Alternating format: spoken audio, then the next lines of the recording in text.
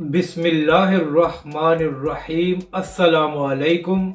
آپ دیکھ رہے ہیں یوٹیوب چینل عام سی باتیں۔ اب بڑے بڑے صحافی کہاں غائب ہیں؟ تحریک لبیک پاکستان اور علامہ سعد حسین رضوی نے ثابت کر دیا ہے۔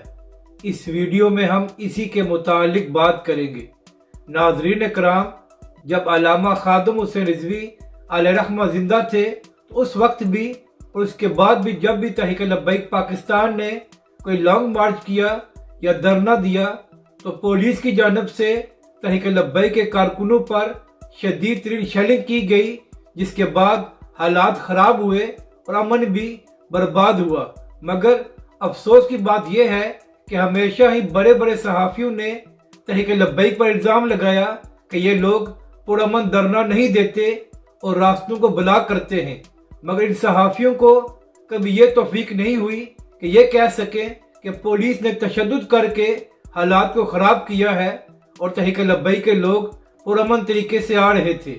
تو ناظرین کرام، چند دن پہلے تحریک لبیک پاکستان اور علامہ سعد حسین رضوی نے کراچی میں ایک بڑا دھرنا دیا، جس میں ہزاروں کی تعداد میں تحریک لبیک کے کارکنوں نے شرکت کی۔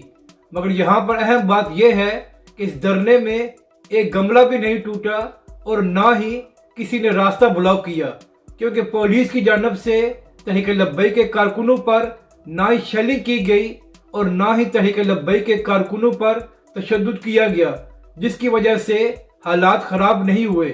تو اس سے یہ بات ثابت ہو گئی کہ تحریک لبیک پاکستان تو ہمیشہ ہی پرامن پروٹیسٹ کرتی ہے اور دھرنا دیتی ہے، لیکن جب پولیس کی جانب سے تشدد کیا جاتا ہے اور طاقت کا استعمال کیا جاتا ہے تو اس کے بعد حالات خراب ہوتے ہیں۔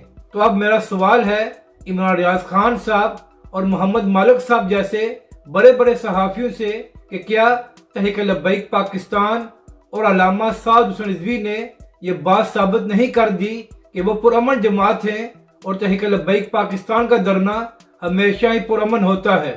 اپنی رائے کا ضرور اظہار کریں کہ آپ کو یہ ویڈیو کیسی لگی اور ہمارے اس چینل کو بھی سبسکرائب کریں۔